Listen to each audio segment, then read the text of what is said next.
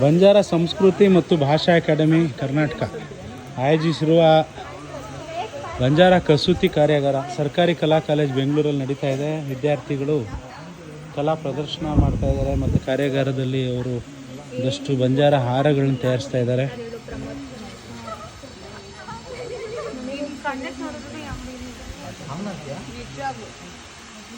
ಏನು ಮಾಡ್ಬೇಕು ನೀನು ಹೇಳ್ಕೊಡು. काय करायची रे सवार तू सवार लेस सोडायची. हां खर्चीफ करायची कोणी सवारी खर्चीफ करायची काय हार हवे विकतारा कंप्लीट केलं अज्जी करायचं सेने हीच घालल्यान करू करा बडबड काय